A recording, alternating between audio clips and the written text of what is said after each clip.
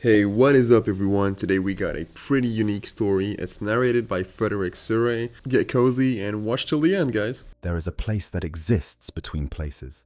A dimension that is not truly a dimension at all, but something stranger, something older, something that was ancient before the first human being ever drew breath beneath an alien sky. It stretches across the galaxy like a vast network of veins running through a body too large to comprehend, connecting worlds separated by distances so immense that light itself would need thousands upon thousands of years to cross them. And yet, within this place, those distances can be crossed in a single step. A doorway opens, you walk through, and you emerge on the other side of the galaxy. Simple as that. Elegant, beautiful even, in the way that only something designed by a truly godlike intelligence can be beautiful. This place is called the Webway, and it is, without exaggeration, one of the most terrifying locations in the entire Warhammer 40,000 universe. Not because of what it was designed to be, but because of what it has become. That's because the Webway was once the safest road through the stars, a shining highway that allowed civilizations to flourish across the breadth of creation without ever exposing themselves to the screaming madness of the warp. But that was a very, very long time ago. And time has not been kind to the Webway. War has not been kind to the Webway. And the things that have crawled into its broken corridors, the things that have nested in its shattered halls, the things that lurk in the places where its walls have cracked, and the raw stuff of the Imperium seeps through like poison through a wound. Those things are enough to give nightmares to creatures that do not sleep. So, settle in, make yourself comfortable, and let us walk together through the labyrinth dimension. Let us peer into the darkness between the shimmering walls of this ancient construct, and let us see what stares back. Because the Webway is not empty. It has never been empty. And the things that dwell within it are patient, and they are hungry, and they have been waiting for a very, very long time. To understand what makes the Webway so terrifying in the present age, we first need to understand what it was supposed to be. We need to go back to the very beginning, to a time so distant that it makes the entire span of human history look like the blink of an eye. We need to talk about the Old Ones. The Old Ones were, as far as anyone can tell, the first truly intelligent species to arise in our galaxy. They were ancient when the stars were young, possessed of a slow, cold-blooded wisdom that allowed them to study the cosmos with a patience that spanned millions of years. They were masters of psychic energy, capable of manipulating the very fabric of reality with their minds, and they possessed technology so advanced that it would appear as pure sorcery to even the most brilliant minds of the 41st millennium. And they seeded countless worlds with life, encouraged the development of new intelligent species, and watched over their creations with what appeared to be genuine benevolence. They were, in many ways, the closest thing the galaxy has ever had to true gods. And their greatest creation, their crowning achievement, was the Webway itself. The Old Ones understood that travel through the warp was dangerous, even in those ancient times. But before the Imperium had been corrupted by the psychic turmoil of the war in heaven, the warp was a realm of pure psychic energy that was fundamentally hostile to physical life. So the Old Ones did something remarkable. They carved out a space between reality and the warp, a thin layer that existed in the boundary between the two dimensions, like the surface tension on a body of water. They reinforced this space with psychic constructs of incredible sophistication, as creating tunnels that were shielded from the dangers of the Imperium by the very substance of their construction. The result was a network of pathways that allowed the Old Ones to cross the galaxy in a single step, moving from one end of creation to the other without ever exposing themselves to the horrors of the warp. It was faster than light travel without the risks. It was safe passage through a universe that offered very little safety. It was, quite simply, one of the most extraordinary feats of engineering that has ever been achieved by any species in the history of the galaxy. And for millions of years, it worked perfectly. The Old Ones used the Webway to spread their influence across the stars, to nurture their created species, and to maintain an empire of such scope and grandeur that nothing before or since has even come close to matching it. The Webway was their highway, their lifeline, and their greatest strategic advantage. To grasp the sheer scale of what the Old Ones accomplished, consider this. The Webway, at its height, connected virtually every significant world in the galaxy. Imagine a network of corridors so vast that some of its arteries are large enough to carry entire fleets of spacecraft, while its smallest capillaries allow a single individual to step from one planet to another across distances that light itself would need millennia to traverse. As some portions of the Webway are so immense that analysis by later Mechanicum scholars suggested that a human being could walk downward forever and never reach the bottom. It is, in every meaningful sense of the word, infinite. Or at least, so close to infinite that the distinction becomes academic for any mortal mind attempting to comprehend it. The physics within the Webway are not the physics of the material universe. Gravity is a local phenomenon, while determined by what happens to be beneath your feet at any given moment. Distance and direction maintain only an incidental relationship with each other. Time itself behaves strangely in certain sections, and the Harlequins speak of remote locations where the flow of time appears to run backward, or where it does not flow at all, freezing everything within in a perpetual, unchanging instant. The Inquisitor, Bronislaw Chevak, one of the very few humans ever to study the Webway extensively, theorized that constant travel through the labyrinth dimension could partially insulate a traveler from the passage of time, a theory that would explain how certain ancient beings have survived far longer than their natural lifespans should allow. The very substance of the Webway's tunnels generates its own protective shielding, a psychic barrier woven into the molecular structure of the walls themselves. This shielding keeps the warp at bay, preventing its corrosive energies from seeping into the corridors and destroying anything that passes through them. It is this shielding that makes the Webway so vastly superior to conventional warp travel, where ships must rely on Geller fields and navigator guidance to survive the journey. Within the Webway, you are as safe from the warp as it is possible to be in a galaxy where the Imperium touches everything, or at least you were, once. When the Necron, those bitter, as short-lived beings who envied the Old Ones their immortality, finally went to war against them, it was the Webway that allowed the Old Ones to outmaneuver their enemies at every turn. The Necron had superior numbers and advanced technology, but they could not compete with an enemy that could appear anywhere in the galaxy without warning and disappear just as quickly. The Old Ones used their mastery of the Webway and their warp gates to run circles around their opponents. And the Necron were pushed back to the very edge of the galaxy, exiled and forgotten among the cold stars of the Halo region. But then the Necron made their terrible bargain with the star gods known as the Citan, and everything changed. The Necron sacrificed their very flesh, transferring their consciousness into bodies of living metal to become the soulless machines we now know as the Necrons. And with the power of the Catan behind them, they finally found a way to breach the Webway itself. It was a Citan known as Nyadrazath, called the Burning One, who showed the Necrons how to crack open the walls of the labyrinth dimension. The Necrons constructed devices called Dolmen gates, portals of living stone that could force open breaches in the Webway's protective barriers and allow the Necron legions to pour through. These gates were crude and unstable compared to the elegant portals of the Old Ones, and the Webway itself seemed to recognize the intrusion, actively trying to seal off the infected spurs and destroy the invaders. But the damage was done. For the first time, the Webway had been violated, its perfect corridors scarred by the violence of war. The breaching of the Webway was one of the decisive turning points in the war in heaven. Suddenly, the Old Ones' greatest advantage had been turned against them. Necron legions flooded through the Dolmen gates and assailed the Old Ones in every corner of the galaxy, overwhelming their defenses with an implacable tide of metal and malice. The Old Ones grew desperate.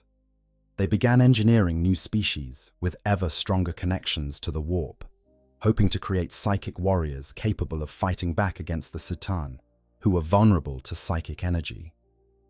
Among these created races were the Aeldari, who would later inherit the Webway and make it their own.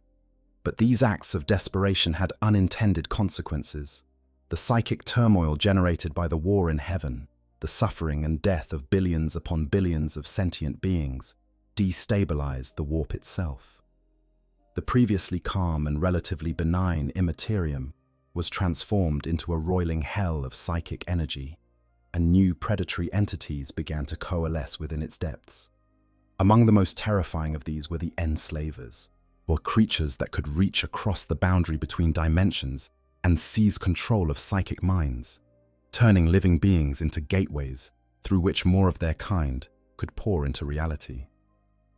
The Enslaver Plague, as it came to be known, was the final nail in the coffin of the Old One's civilization.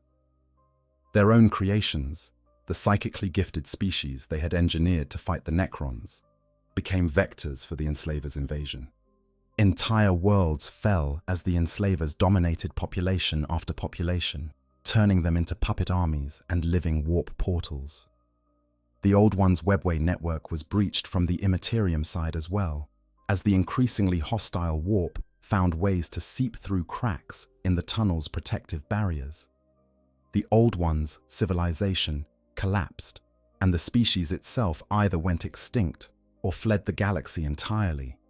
And the Webway, that magnificent network of safe passages through the stars, was left wounded and unattended. The Aeldari would later claim it as their own, expanding and improving upon what the Old Ones had created, but they could never fully repair the damage that had been done during the war in heaven. The scars remained, and through those scars, terrible things would eventually find their way in. Now, let us talk about the Webway as it exists in the present age, in the grim darkness of the 41st millennium, where there is only war. Because the war in heaven was only the first of many catastrophes that would damage the labyrinth dimension. The second, and in many ways the most devastating, was the fall of the Aeldari. For millions of years after the war in heaven, the Aeldari built a civilization of staggering beauty and sophistication within and around the Webway. They expanded its corridors, created vast port cities within its boundaries, and used its pathways to maintain an empire that stretched across the galaxy. That the Webway became the beating heart of Aeldari civilization, the thing that made everything else possible. Without it, their empire would have been impossible. With it, they were the undisputed masters of the galaxy. But the Aeldari fell victim to their own success. With no enemies left to challenge them and no frontiers left to explore, they turned inward, seeking ever more extreme forms of sensation and experience to stave off the ennui of their virtually immortal existence. Over thousands of years, this pursuit of pleasure curdled into something dark and terrible. The Aeldari's collective psychic energy, amplified by their powerful connections to the warp, began to coalesce in the Imperium, forming a Gestalt consciousness that fed on the darkest aspects of their nature. A new god was being born in the depths of the warp, a god of excess and depravity that was growing stronger with every passing day. When Slanesh, the being the Aeldari calls She Who Thirsts, finally awakened, the consequences were apocalyptic. The psychic scream of the newborn Chaos God ripped through reality, consuming the souls of the vast majority of the Aeldari species in a single terrible moment. The center of the Aeldari Empire was destroyed, replaced by a permanent warp rift that would come to be known as the Eye of Terror. And the Webway, so intimately connected to Aeldari civilization and to the warp itself, was shattered. Imagine a vast network of glass tunnels running through the depths of an ocean, and then imagine that ocean suddenly erupting into a hurricane of incomprehensible fury. That is something approximating what happened to the Webway during the fall. Countless corridors were breached, entire sections collapsed or were torn away into the warp.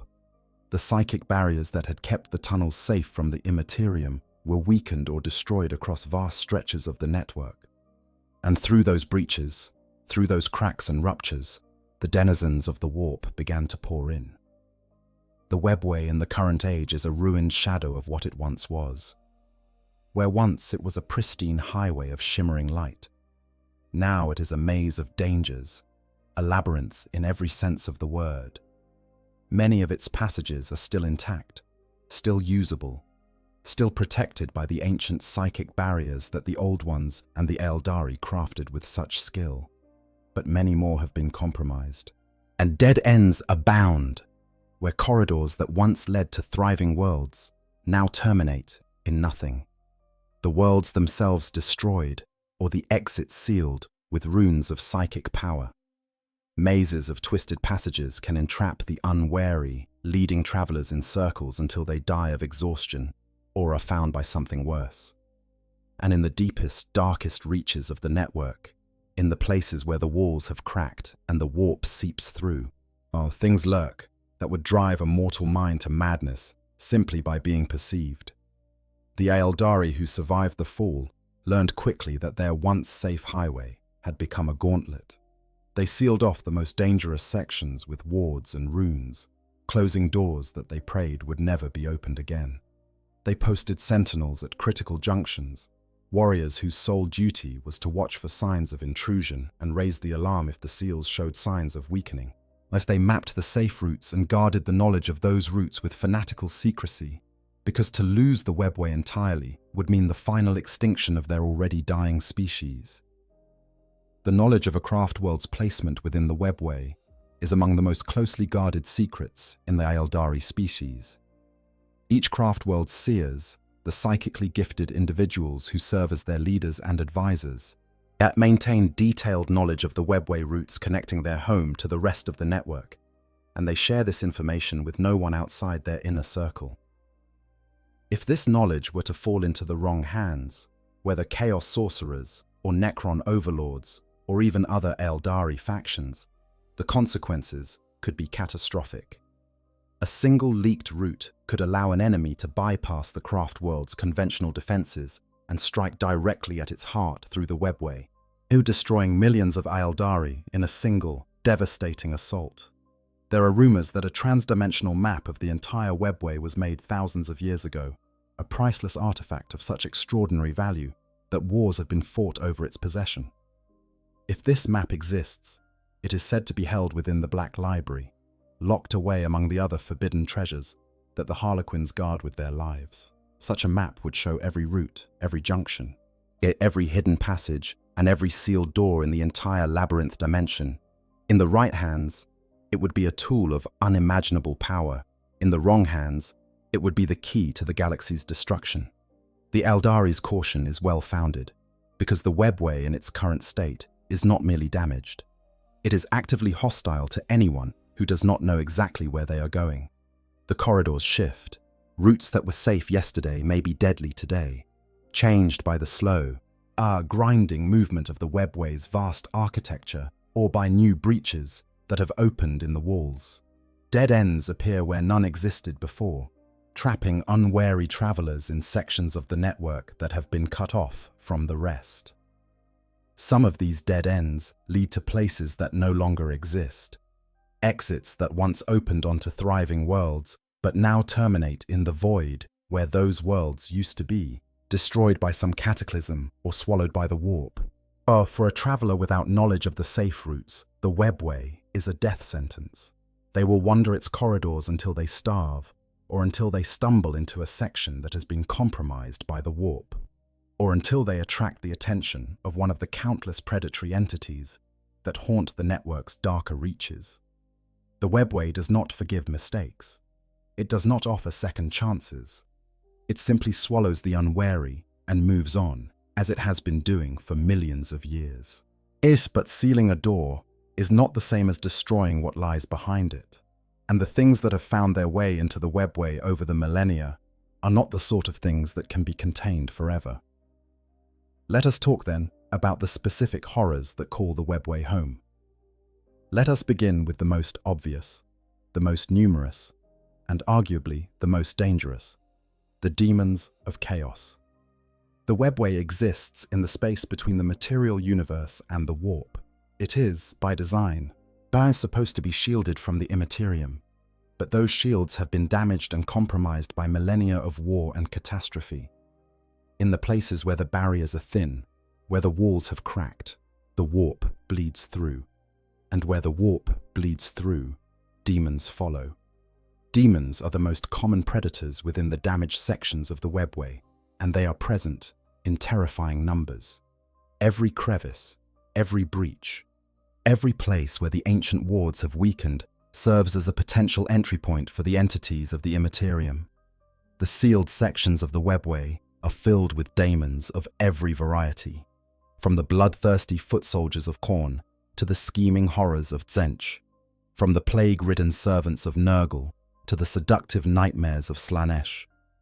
They press against the sealed doorways, testing the wards, probing for weaknesses, and waiting for the moment when they can break through and flood into the corridors beyond. For the Aeldari, the presence of demons in the Webway is not merely a military threat, it is an existential one. The Aeldari soul is the most prized delicacy in the warp, a feast of psychic energy that the Chaos gods, and Slaanesh in particular, hunger for with an obsession that borders on madness. Every Aeldari who dies without the protection of a spirit stone or the Webway's psychic shielding has their soul consumed by she who thirsts, devoured and digested for all eternity. The Webway is supposed to be the one place where the Aeldari are safe from this fate, but when demons breach its corridors, that safety evaporates. A demon incursion in the Webway is not just a battle, it is a soul harvest, a feeding frenzy in which every Aeldari casualty is not merely killed, but condemned to an eternity of torment. The most dramatic example of a demonic invasion of the Webway occurred during the Horus Heresy, during an event known as the War Within the Webway. When Magnus the Red, Primarch of the Thousand Suns Space Marine Legion, attempted to use sorcery to warn the Emperor of Horus's treachery, his psychic message tore through the wards that the Emperor had placed around the Imperial Palace on Terra.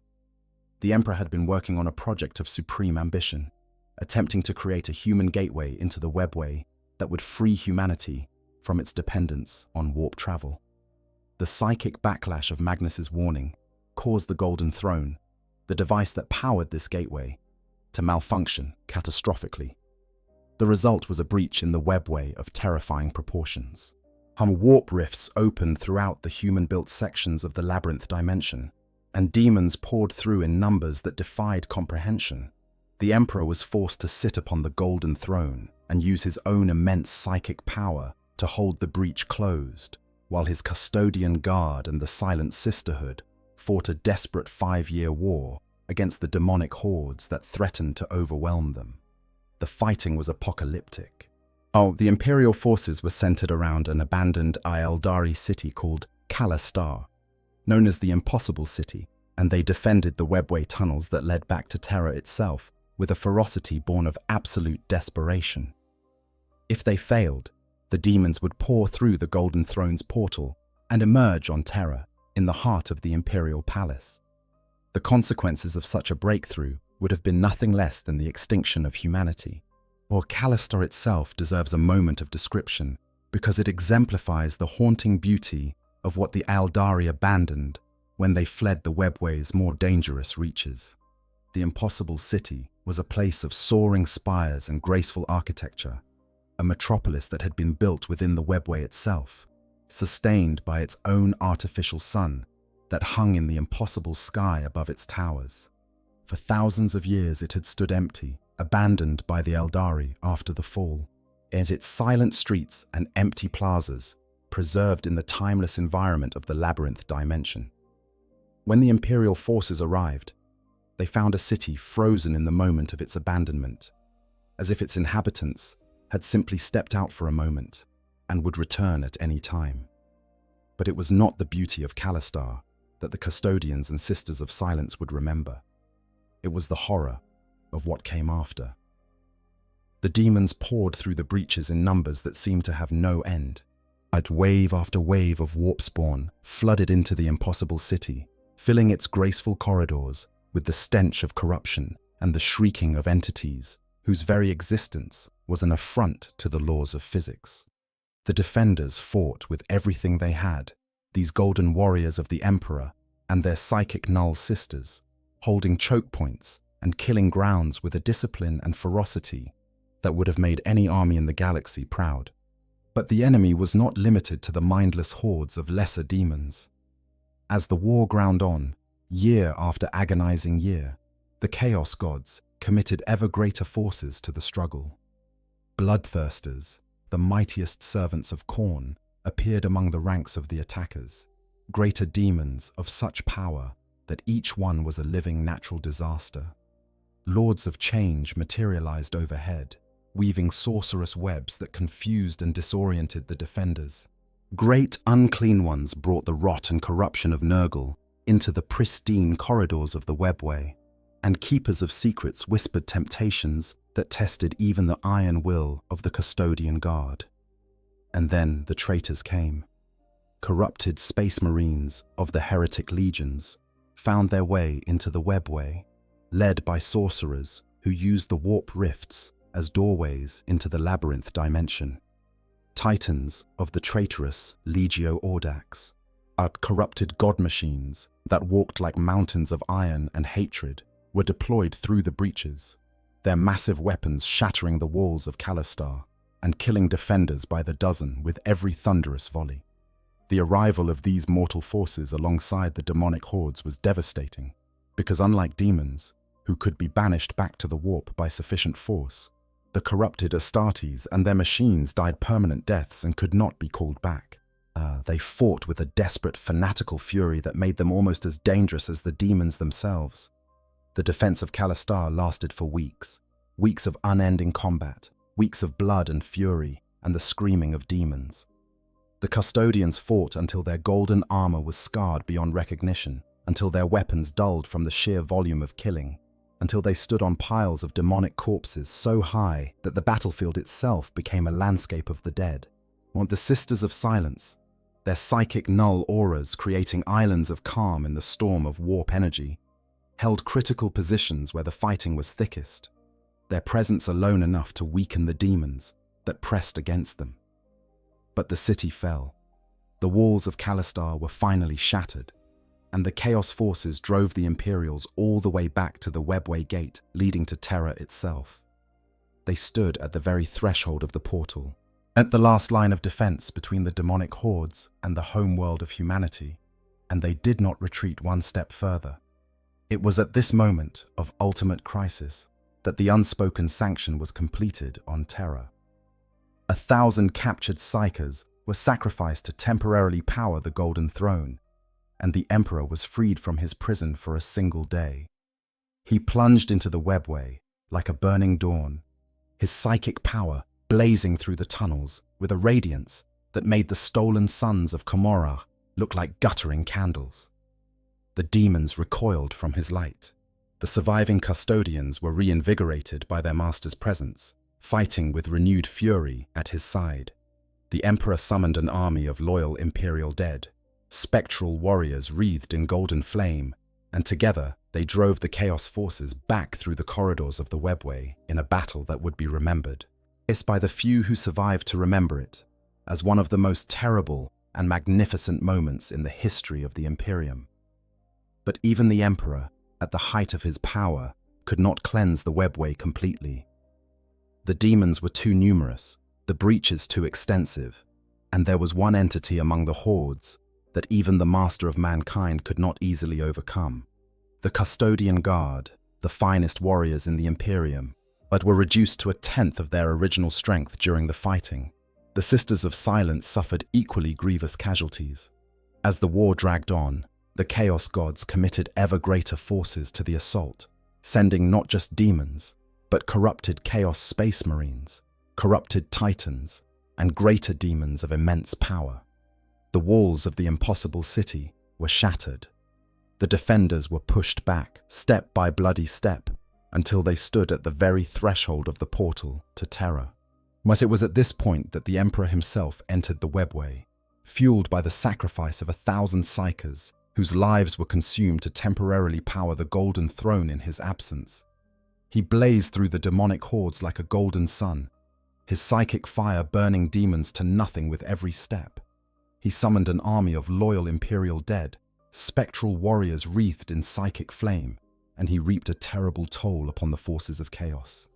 But even the Emperor could not destroy the greatest of the horrors that awaited him in the depths of the Webway. And this brings us to what may be the single most terrifying entity ever to manifest within the labyrinth dimension: Drachnyen. Drachnyen is a demon, but to call it merely a demon is to do it a profound disservice. It is something far older, far more powerful, and far more terrible than the legions of lesser entities that serve the Chaos Gods. Yes, its names tell the story of its nature, the echo of the first murder, the end of empires, the thorn in reality, the shard of madness. Even other demons speak of it with fear, which should tell you everything you need to know about the scale of its power. The origins of Drachnyen are intertwined with the very history of humanity itself. It was born, if that is the right word, from the very first act of deliberate murder committed by one human being against another. That primal act of violence, as the first time one person looked at another and chose to end their life, sent a psychic shockwave through the warp that coalesced into a being of pure, unadulterated malice. Since that moment, every murder committed by human hands, every word of hatred whispered in the ears of the dying, every thought of killing to serve one's own purposes has fed Drachnyen and made it stronger. It is, in a very real sense, the embodiment of humanity's capacity for violence, as given form and consciousness and hunger. Drachnyen appeared in the Webway during the War Within the Webway, drawn by the immense psychic turmoil of the conflict. When it arrived, even the other demons gave way before it. It was not a servant of any of the four Chaos Gods, being powerful enough to exist as an independent entity, beholden to nothing and no one but its own terrible nature. And it had a very specific target in mind: the Emperor of mankind. As Drachnyen is said to know the Emperor's true name, a piece of knowledge that gives it a unique power to harm the master of mankind.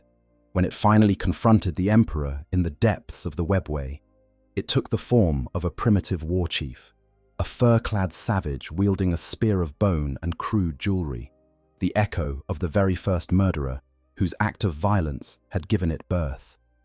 The battle between the two was titanic, a clash between the embodiment of humanity's highest aspirations and the embodiment of its darkest impulses. Drachnyen wounded the Emperor, driving 5 sword-like talons through his golden armor. The Emperor bled, a sight that would have shattered the faith of any Imperial citizen who witnessed it. But the Emperor's will proved the stronger. He seized the demon with both hands and through an act of pure psychic domination forced it to adopt a new form, a sword. Yet the blade's surface writhed with tiny mouths that lapped hungrily at the Emperor's divine blood, alive with malicious intelligence even in its imprisoned state. But the Emperor could not destroy Drachnyen. The daemon was too powerful, too deeply rooted in the fundamental nature of humanity to be unmade. So the Emperor did the only thing he could.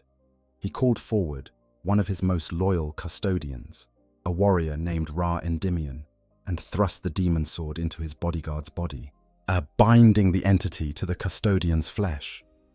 Then he spoke a single word: "Run!" And War Within the Webway, faithful to the last, turned and fled into the depths of the Webway, carrying the most dangerous demon in existence trapped within his own body. He vanished into the labyrinth and was never seen again. Somewhere in the infinite corridors of the Webway, a custodian of the Emperor ran with a nightmare bound in his flesh, and the darkness swallowed them both. But the story does not end there. Because eventually, the demon sword that is Drachnyen found its way out of the Webway. It was discovered by Abaddon, the Despoiler, the War Master of Chaos, who claimed it as his own weapon. How he found it, how he wrested it from whatever remained of War Within the Webway, is a story shrouded in mystery and horror. But the implications are clear.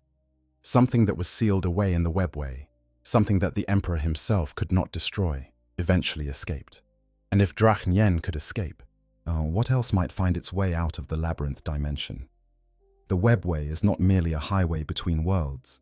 Within its impossible dimensions, there exist places large enough to contain entire cities, entire civilizations, entire pocket universes. And the greatest and most terrible of these internal realms is Commorragh, the Dark City, the capital of the Drukhari, and quite possibly the most horrifying place in the entire galaxy. Commorragh was founded during the height of the Aeldari Empire, now long before the fall, as one of the greatest of the Webway's port cities. Its original purpose was practical. It was the primary transit hub of the Webway, a place where fleets could be assembled and dispatched to any corner of the galaxy through the network's countless portals. But because of its strategic importance, it was granted autonomy from the ruling councils of the Aeldari Empire, and that autonomy attracted a certain type of inhabitant. The ambitious, the criminal, the perverse, those who wished to pursue their desires without oversight or consequence, all gravitated to Commorragh, and over the centuries, the city became a haven for the very worst aspects of Aeldari culture. When the fall came and Slaanesh was born, the Aeldari who had already retreated into the Webway found themselves partially shielded from the newborn god's hunger. The Webway's psychic barriers offered protection from she who thirsts. And the Aeldari, who dwelled within Commorragh, quickly realized that as long as they remained within its boundaries, their souls were safe from consumption. But there was a catch. The protective barriers of the Webway weakened the connection between the Aeldari and the warp, and without that connection, the Aeldari of Commorragh began to wither and age. Their souls were slowly being drained, consumed bit by the newborn chaos god who hungered for them. The solution they found was monstrous. They discovered that they could replenish their souls, restore their youth and vitality by feeding on the suffering of others. The pain and terror of sentient beings generated psychic energy that the Drukhari could absorb, staving off the slow soul death that would otherwise consume them. And so, Commorragh became what it is today. A city built on suffering, a civilization sustained by the agony of billions of slaves taken from every corner of the galaxy. The scale of the suffering that sustains Commorragh is almost beyond comprehension. The Dark City maintains a slave population that numbers in the billions, drawn from every intelligent species in the galaxy. Humans, orcs, Tau, even other Aeldari who have fallen into the hands of their debased cousins, all serve as living batteries for the Drukhari, their pain extracted through methods that have been refined over 10,000 years into an art form of unparalleled sophistication. The Drukhari do not simply kill their slaves. Killing is too quick, too final, too wasteful. Instead, they keep them alive for as long as possible, extracting every last drop of suffering from their broken bodies and shattered minds, before finally granting them the mercy of death. The Homunculi, the ancient flesh sculptors who form one of the three pillars of Drukhari society, alongside the Cabals and the witch cults, have perfected the art of prolonging suffering to a degree that would make the most sadistic torturer in the Imperium weep with inadequacy. These beings, some of whom have lived for thousands of years by feeding on the pain of their victims, can keep a single captive alive and conscious through torments that should kill them 100 times over. They can break every bone in a body and regrow them, only to break them again. Yet they can flay the skin from a screaming victim and replace it with nerve-rich synthetic tissue that amplifies every sensation 1,000-fold. They can disassemble a living being at the molecular level and reassemble them in configurations that should be physically impossible, all while keeping the victim's consciousness intact so that they experience every microsecond of the process. The Homunculi's laboratories, called oubliettes, are located in the deepest and most inaccessible parts of Commorragh.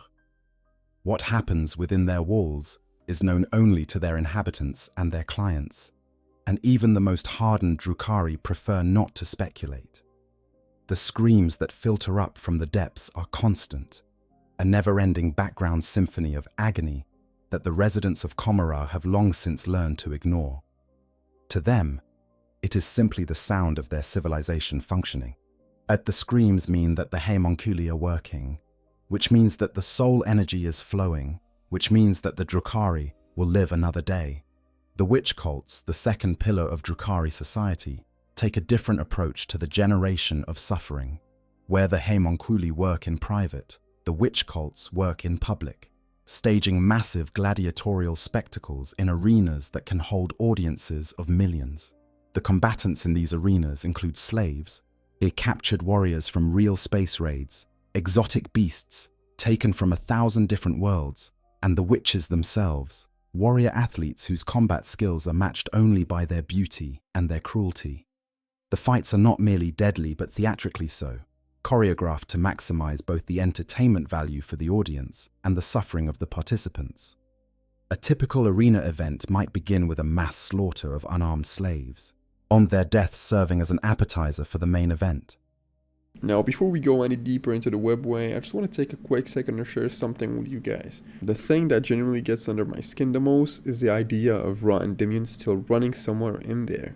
Like, we talk about demons and dark cities and all of these massive cosmic threats, and yeah, those are terrifying on a galactic scale, but there's something about one man alone in an endless corridor carrying something he can never put down that just hits different for me. It's that personal, intimate kind of horror that I think Games Workshop does better than anyone when they actually lean into it. The webway works so well as a setting because it takes the biggest universe in sci-fi and makes it feel claustrophobic. You're not lost in space, you're lost between spaces, and honestly that is way worse. But anyways, let's keep going. This would be followed by a series of increasingly elaborate combats, pitting captured warriors against beasts, or against each other, with the survivors being promised their freedom if they can defeat a champion witch in single combat. This promise is, of course, a lie. The freedom offered is the freedom of death, and granted by the witch's blade after a fight that has been designed to extract the maximum possible amount of fear and pain from the victim before the end. The arena audiences feed on the suffering they witness, absorbing the psychic energy of pain and terror through the Drukhari's innate empathic sensitivity. For a brief, intoxicating moment, the gnawing hunger of Slaanesh recedes, and the Drukhari feel alive, truly alive, in a way that nothing else can provide. What the sensation is addictive beyond description, and the Drukhari spend their entire lives pursuing it, honing their capacity for cruelty to ever more refined extremes in the endless quest for that momentary feeling of satiation. This is what exists at the heart of the webway. Not just a city of torturers, but a civilization of millions upon millions of beings who have organized their entire existence around the infliction of suffering on others.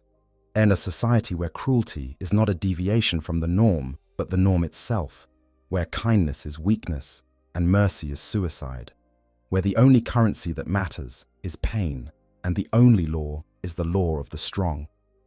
Commorragh is, in every meaningful sense, hell. Not the hell of religious mythology, with its orderly punishments and its moral logic, but a genuine, functioning hell. A place where suffering exists for its own sake, sustained by the needs of beings who have become so dependent on the agony of others that they literally cannot survive without it. But the horrors of Commorragh go far beyond its social structure. The city itself is a nightmarish impossibility, a composite entity of such vast scale that its dimensions would be considered impossible by any conventional measure. It is not one place but thousands of places, satellite realms and subdimensions all linked together by portals and hidden pathways. It is scattered across the webway like a malevolent virus. Its population is greater than that of entire star systems. Its districts stretch across thousands of light years of real space, yet can be crossed with a single step through the dimensional shortcuts that connect them. The upper reaches of Commorragh, known as High Commorragh, are dominated by the towering spires of the most powerful cabals, the armed factions that serve as the city's unofficial government. Here, yes, the architecture is sharp and cruel, all bladed edges and needle-thin towers that reach toward the blood-red light of the Ilmea, the stolen suns that illuminate the dark city. These dying stars were captured from real space by the ancient Aeldari at the height of their power and dragged into the Webway to serve as Commorragh's power sources. They hang above the city in their own sub-realms, bathing everything below in a sickly crimson twilight that never brightens and never fades. But it is in Low Commorragh and the districts below that the true horrors begin. In the lower reaches, the architecture becomes chaotic, organic, almost alive. Buildings lean at impossible angles, corridors twist and fold back on themselves, and the very air is thick with the screams of the suffering and the cruel laughter of their tormentors. The Homunculi, the ancient flesh sculptors of the Drukhari, maintain their laboratories here, vast complexes where they practice their art of reshaping living flesh into new and terrible forms. Their clients come seeking rejuvenation, enhancement, or simply the thrill of being remade, and the Homunculi oblige with a creativity that is as bottomless as it is horrifying. The gladiatorial arenas of the witch cults dominate entire districts, vast colosseums where warriors fight and die for the entertainment of audiences numbered in the millions. The bloodshed serves a dual purpose. It provides entertainment for the Drukhari, who crave intense sensation the way a drowning person craves air, and it generates the suffering that sustains them. The fights are not merely lethal, but inventively cruel, designed to extract the maximum possible amount of pain from their participants before death finally claims them.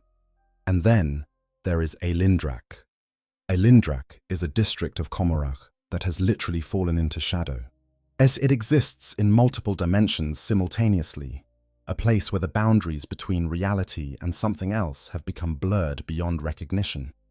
In Aeldari, shadows move with independent purpose, thickening and flowing like living things, reaching out to capture anyone foolish enough to venture into the district unprepared. The air here is not merely dark, but actively hostile, a medium that drinks in light and warmth and leaves only cold and emptiness in their wake. Yet it is in Aeldari that the Mandrekes make their lair, and the Mandrekes deserve their own moment of attention because they are among the most terrifying creatures in the entire Warhammer 40,000 setting, and they are absolutely a product of the Webway's broken nature. No one truly knows what the Mandrekes are. That is the first and most important thing to understand about them. There are theories, guesses, whispered possibilities that circulate among the scholars of the Imperium and the savants of the Aeldari alike, but no one has ever established a definitive answer. Some believe they are shadows given sentient life through some unknown arcane process. Others claim they are the descendants of a forbidden cult of Aeldari who found a way to escape the fall by passing into a shadow dimension, emerging changed beyond recognition. Still others whisper of an unholy union between ancient Aeldari and entities from the darkest corners of the warp, creatures of pure darkness that exist in a realm adjacent to but separate from the Imperium. The Homunculi, never ones to let others claim credit for acts of creation, insist that the first mandrakes were their handiwork, created through twisted experiments conducted for the witch cult of grief. There are even those who say that the Mandrekes predate Commorragh itself, and that it was they who first taught the Drukhari the art of feeding on others' pain to sustain themselves. The truth, as with so many things in the 41st millennium, remains frustratingly elusive. What is certain is that the Mandrakes are no longer fully Aeldari, if they ever were. Their physiology has been transformed into something that exists simultaneously in real space and in what is known as the Midnight Dimension, a shadowy realm of darkness and cold that overlaps with Aeldari. Their skin is a deep, light-absorbing black, covered in blasphemous runes that writhe and shift with a life of their own. Their faces are mutable, sometimes featureless masks, sometimes parting to reveal mouths full of sharpened teeth. They can step through shadows the way a normal person steps through a doorway, emerging from the darkness behind a victim with no warning and no sound save a sibilant hiss of displaced air. The Mandrakes feed on warmth and life energy, and they extract payment for their services in currencies that no other being would value. A treasured memory, a heartbeat, a true and secret name. They are feared even by the Drukhari, a species that has made fear into a fine art. When the masters of Commorragh need something done that requires absolute stealth and absolute lethality, they sometimes turn to the Mandrekes. But such arrangements are made with extreme caution, because the Mandrekes are predators, and they do not distinguish between clients and prey when their hunger grows strong enough. And then there is Caradruach, the Decapitator, the king of the Mandrekes, whose name translates literally as "he who hunts heads." Caradruach has existed since at least the time of the Horus Heresy, over 10,000 years ago, making him one of the oldest beings in the Dark City. He has 4 arms, 2 more than a normal mandrake, each tipped with razor-sharp talons. And his eye sockets are hollow and empty, yet he sees more clearly than any creature with physical sight, able to perceive the deepest desires and darkest secrets of anyone he encounters. For 8,000 years, Caradruach collected skulls. Not random skulls, but specific ones, chosen according to criteria that only he understood. He killed seemingly at random, sometimes joining raids into real space, sometimes working as an assassin for whatever Archon could meet his price in souls. Yet he would hunt a single victim for decades across a dozen worlds if necessary, lying in wait for weeks to find the perfect moment to strike. And every skull he claimed was added to a vast pyramid in his lair, each one carefully positioned so that its empty eyes pointed toward a single location in space directly above his throne. When the partial awakening of the Aeldari god of death, Iniad, caused a catastrophic disjunction in Commorragh, Caradruach seized the moment. What he killed a Drukhari Archon named Sithrak, ritualistically claiming his head as the final skull required to complete his pyramid of 1,000 perfect specimens.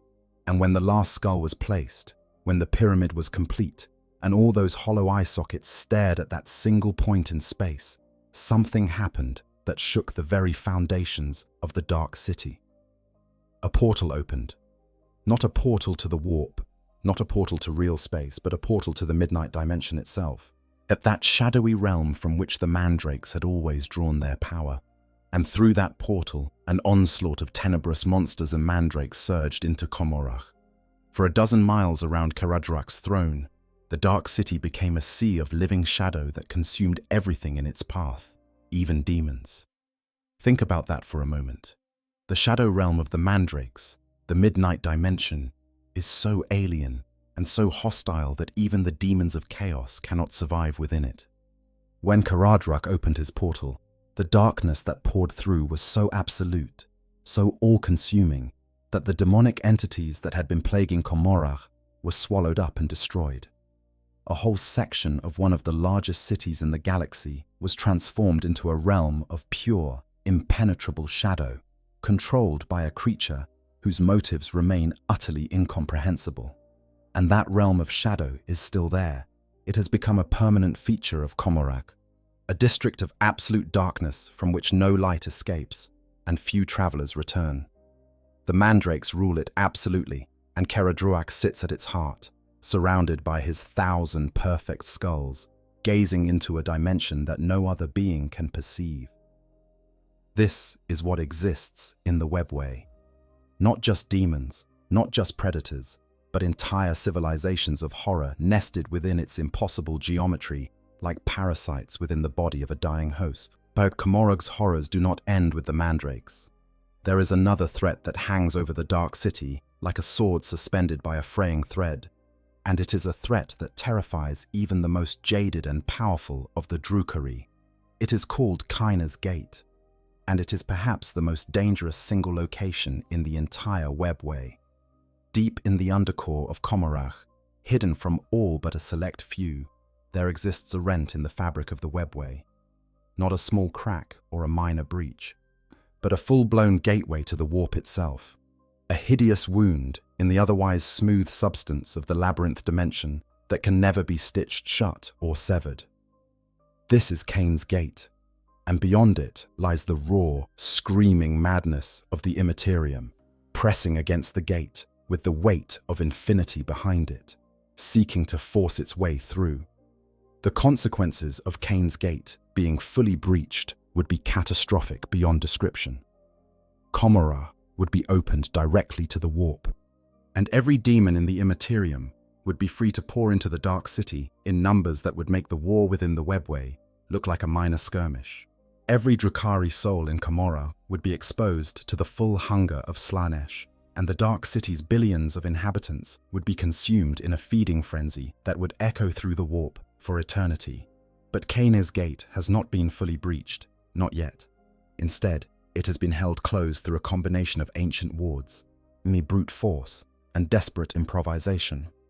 Asdrubal Vect, the supreme overlord of Commorragh, and possibly the most cunning being in the galaxy, has stationed guards around the gate for millennia, paying exorbitant sums to ensure their discretion, while simultaneously making sure that those guards are drawn from the ranks of those who have defied or hindered him in the past. If the gate breaks open, Vect's enemies die first. It is a characteristically ruthless arrangement.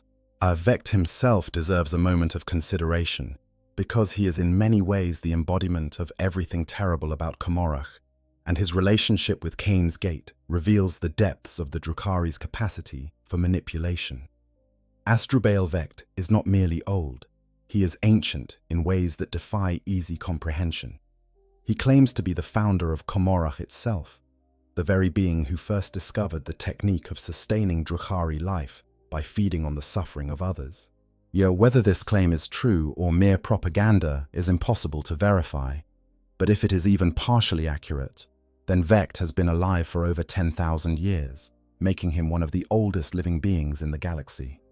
Vect maintains his power through a combination of political genius, ruthless violence, and an understanding of his enemies that borders on the prescient. He has survived more assassination attempts than most Drukhari have had hot meals, while he has manipulated entire species into serving his purposes without their knowledge.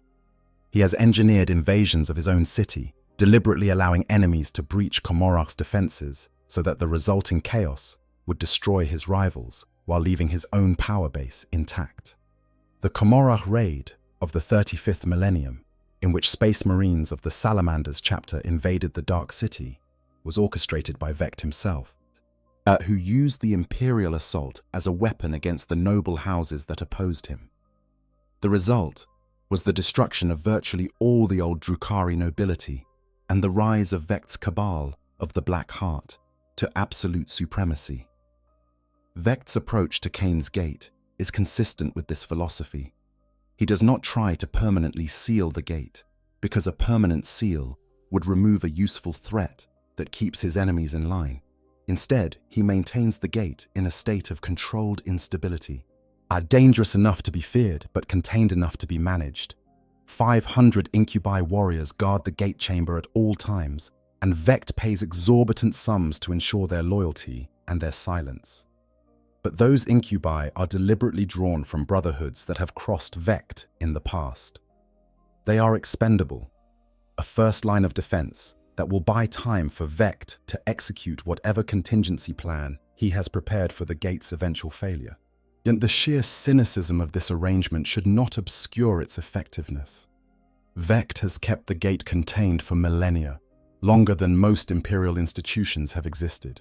But even Vect's genius has its limits, and the gate has been growing more unstable with each passing century. But the gate has been growing more unstable. In the year 346,497 of the 41st millennium, something began to pound on the other side. Slowly, rhythmically, impossibly. How something vast and terrible was pressing against the barrier, testing its strength with a patience that suggested it had all the time in the universe. The guards stationed at the gate began to go mad, driven to insanity by the whispering voices that pervaded the chamber. Those who did not hack each other apart or take their own lives began carving 3 words into the walls of the chamber and into their own flesh. Let us in. The phenomena intensified as the 13th Black Crusade of Abaddon the Despoiler sent waves of empiric energy rolling out from the Eye of Terror to batter against the walls of the Webway. Commorragh's subrealms began to collapse. Portals that had been sealed for thousands of years burst open. Shimmering, half-glimpsed shapes appeared in the air of the gate chamber. Mandrakes and Shada ravens gathered in the tunnels around and about, are drawn by the increasing proximity of the warp like scavengers gathering around a dying animal. When the disjunction finally came, triggered by the birth of Ivrain and the partial awakening of Inyad, Cain's gate was torn open. Psychic energy bled across the dark city, causing a hyperspatial quake that killed millions. Demons swarmed through the breach and flooded into Commorragh, and for months the dark city teetered on the brink of total annihilation. Vects eventually organized a counterattack, marshalling a massive army of incubi to corral the demons back into the subrealm containing Cain's gate. That subrealm was then severed from the rest of Commorragh, becoming what is now known as the Chasm of Woe, a vast abyss of demonic energy that pulses and writhes at the edge of the dark city. But the demons keep coming. They rise from massive abscesses created throughout the city, emerging from wounds in reality that refuse to heal. Vects has been forced to plunge entire districts into subdimensions, sacrificing armies and populations of slaves to seal the breaches. And still the pressure from the warp grows. The Chasm of Woe is not a solution. It is a bandage on a wound that will not stop bleeding. And every being in Commorragh, from the mightiest Archon to the lowliest slave, knows it. But demons and Drukhari are not the only things that lurk in the Webway. The shattered corridors of the labyrinth dimension play host to a menagerie of horrors that defy easy categorization. Creatures that are not quite demons, not quite warp entities, not quite anything that fits neatly into the taxonomy of the known galaxy. These are the nameless things, the beasts of the between, the predators that have adapted to life in the cracks between reality and unreality. Among the most well-documented of these are the Cycneuin, insectoid creatures native to the warp that resemble enormous, spindly wasps, approximately 2.5 meters long. The Cycneuin are found in infestations throughout the abandoned corridors of the Webway, and they represent one of the most revolting threats that any traveler through the labyrinth dimension might encounter. The Cycneuin are drawn to the mental emanations of psychers, creatures with psychic abilities whose minds shine like beacons in the warp. When a fertile female Cycneuin detects a psyker, it uses its own rudimentary psychic abilities to project a clutch of eggs directly into the victim's brain. The eggs are tiny, no larger than a grain of sand, and the victim initially feels nothing more than a mild headache. But by the following day, the eggs have hatched, and the larvae begin to feed on the host's brain tissue. The progression is as rapid as it is horrifying. Within hours, the victim is in agony, out-raving and incoherent as their brain is devoured from within. By nightfall, the larvae have pupated, and by the next morning, they hatch into adult Cycneuin that burst from the victim's skull. The victim does not survive this process, and each new adult Cycneuin immediately begins seeking out new psyker hosts in which to deposit its own eggs, creating a cycle of infestation that can overwhelm entire populations if left unchecked. But the Cycneuin may have actually originated in the Webway itself, which would explain their presence on multiple worlds across the galaxy.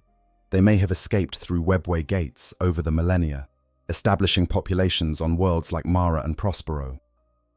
Their presence in the Webway's abandoned corridors makes those sections extraordinarily dangerous for any psyker to traverse, which is particularly unfortunate for the Aeldari, who are an entirely psychic species.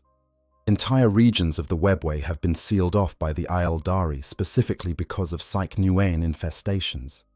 These creatures have proven almost impossible to fully eradicate, as their ability to project eggs psychically means that they can reproduce even when physically separated from their victims by solid walls.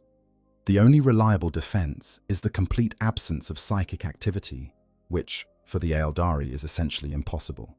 For human psychers who might enter the Webway, as the risk is even greater, as unsanctioned human psychers lack the mental discipline to shield themselves from Cycneuin attack. Then there are the Enslavers, creatures so terrible that they nearly destroyed all sentient life in the galaxy during the aftermath of the War in Heaven. The Enslavers are warp entities that drift through the Imperium, seeking out the psychic emanations of intelligent minds. when they find a suitable target, usually an unprotected psyker, that they form a parasitic mental bond that gradually transforms the victim into a living warp portal. The host's body chemistry changes, their skin becomes discolored, their tissue begins to swell and disintegrate, until within 50 to 75 hours, their body has been transformed into a pulsing gateway of ruptured flesh, through which more enslavers can enter the material universe. A single enslaver can dominate the minds of up to 10 creatures simultaneously. And these mind slaves serve the enslaver's purposes with no will of their own. An enslaver infestation can spread through a population with frightening speed, each new portal bringing more enslavers into reality, each enslaver enslaving more minds and seeking new psycho hosts to convert into fresh portals. The only reliable response to an enslaver infestation is the complete destruction of the affected population, in a scorched earth approach that the Imperium has been forced to employ on multiple occasions. The enslavers are not primarily Webway creatures, but they are known to enter the Webway through the same breaches that allow demons access. Their presence in the labyrinth dimension is sporadic but terrifying, because the close confines of the Webway's corridors provide no escape from their psychic domination. And a party of Aeldari travelers encountering an enslaver in the Webway would face the horrifying prospect of being turned into portals for more of the creatures, potentially creating an infestation within the Webway itself that could spread to any connected craft world or settlement. Beyond these known threats, there are things in the Webway that have never been catalogued or classified, creatures that exist in the margins of even the most comprehensive bestiary. The abandoned sections of the labyrinth dimension have been cut off from all contact for thousands, sometimes tens of thousands, of years, and what has evolved or manifested in those sealed reaches is anyone's guess. Travelers who have strayed into the wrong corridor and survived report encounters with entities that defy description, beings of living shadow and crystallized screams, creatures that attack with weapons forged from concepts rather than metal, things that exist partially outside normal reality and cannot be killed by conventional means. The Harlequins, who know the Webway better than any other living beings, speak of places within the labyrinth dimension where the flow of time goes in reverse, where travelers age backward with every step until they cease to exist. They speak of corridors where distance and direction bear no relation to one another, where you can walk in a straight line and arrive back where you started, or take a single step and find yourself 1,000 miles from your previous position. They speak of dead spaces where reality itself has been worn thin, where the laws of physics are merely suggestions, and the unwary traveler can find themselves trapped in an infinite recursion of folded space from which there is no escape. The Webway is not merely dangerous, it is actively hostile, in the way that a living organism is hostile to an infection. Its ancient mechanisms still function, and after a fashion, and they react to unauthorized intrusions with a ferocity that suggests something approaching intelligence. When the Necrons use their Dolmen gates to breach the Webway's walls, the labyrinth dimension itself attempts to seal off the infected spur, closing pathways and collapsing tunnels in an effort to isolate and destroy the intruders. Travelers who enter through unauthorized means may find the Webway shifting around them, on routes changing and exits vanishing as the network's self-repair mechanisms attempt to expel the foreign presence. This suggests something profound and deeply unsettling, that the Webway may not be entirely inert, that the construct, built by the Old Ones 60 million years ago, may retain some echo of its creator's intelligence, some rudimentary awareness that allows it to respond to threats and protect its own integrity.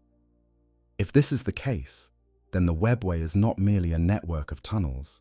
It is a sleeping titan, an ancient organism of unimaginable complexity that contains entire civilizations within its body, like bacteria in a gut.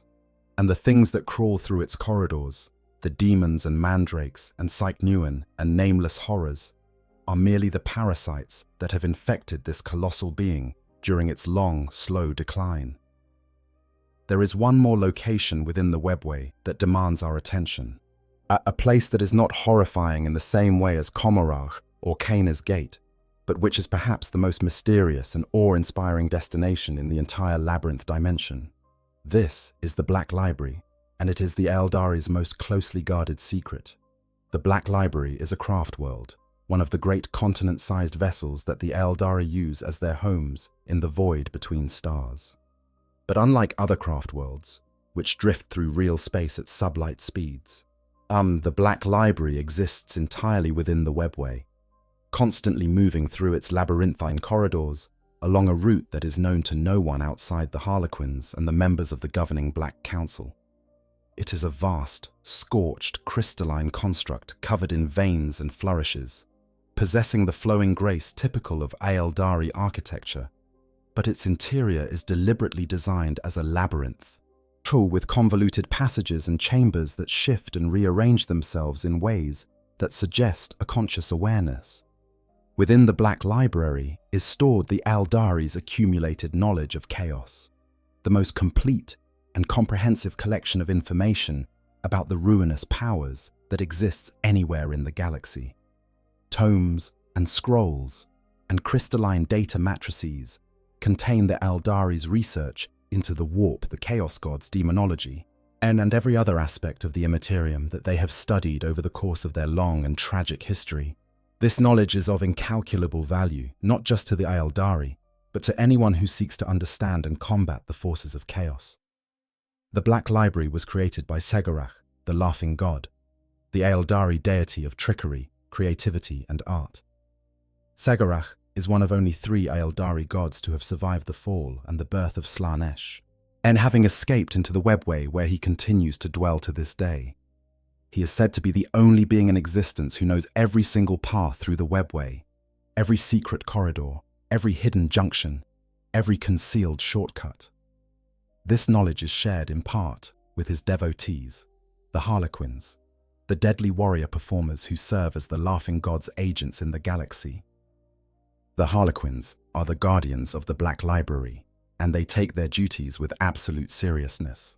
And as the passages to the Black Library are guarded by the Harlequin solitaires, the most dangerous individuals in the entire Aeldari species, warriors who have given up their souls and walk a path between life and death, between the Laughing God and she who thirsts.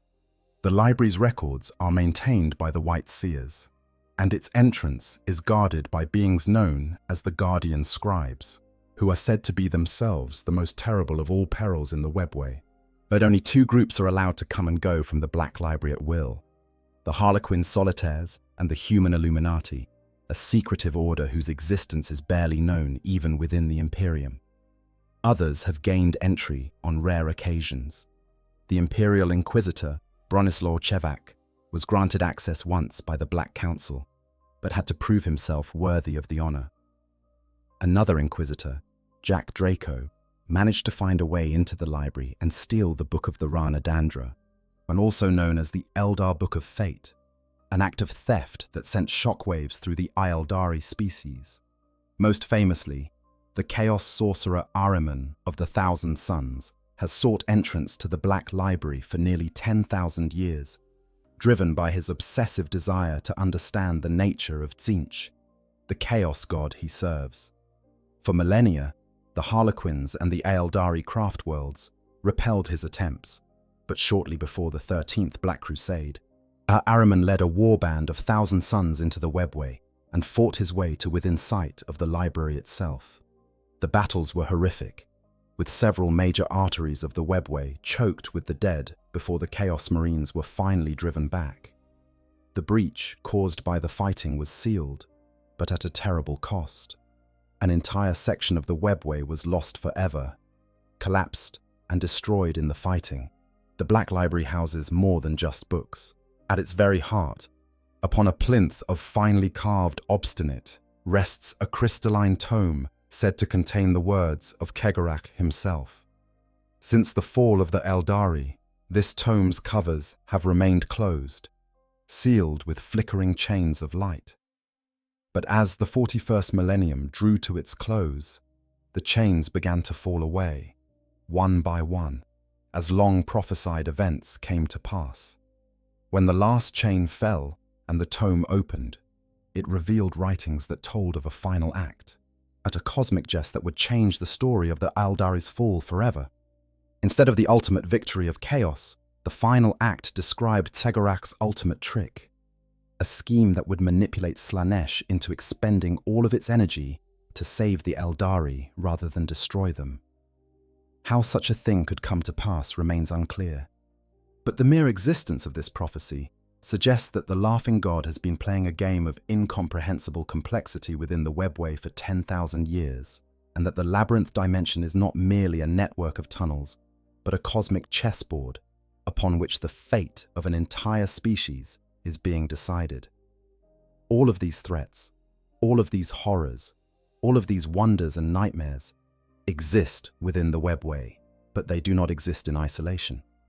They exist in relationship to one another, in a constantly shifting ecosystem of predation and competition and uneasy coexistence that makes the labyrinth dimension one of the most complex and dangerous environments in the galaxy. But before we consider the totality of the Webway's horrors, there is one more faction we must discuss in detail, because without them, the Webway would have fallen to darkness long ago. These are the Harlequins, the children of the Laughing God. And they are the closest thing the Webway has to Guardians. The Harlequins are unlike any other Aeldari faction. They owe no allegiance to any craftworld, no loyalty to any cabal, no fealty to any authority except the will of their divine patron, Commorragh.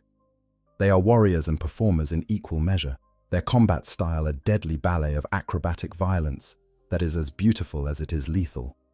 They move through the Webway with a confidence and familiarity that no other beings possess, traversing its most dangerous sections without hesitation, appearing and disappearing at will in locations that should be unreachable. This is because the Harlequins know the secret paths. Where other travelers must stick to the known, safe corridors, the Harlequins walk routes that have been forgotten by all others, shortcuts and hidden passages that Commorragh alone remembers and shares with his followers. The Laughing God is said to be the only being in existence who knows every single path through the Webway, every junction, every dead end, every hidden doorway. He has walked its corridors since before the fall, and in the 10,000 years since, he has learned its every secret.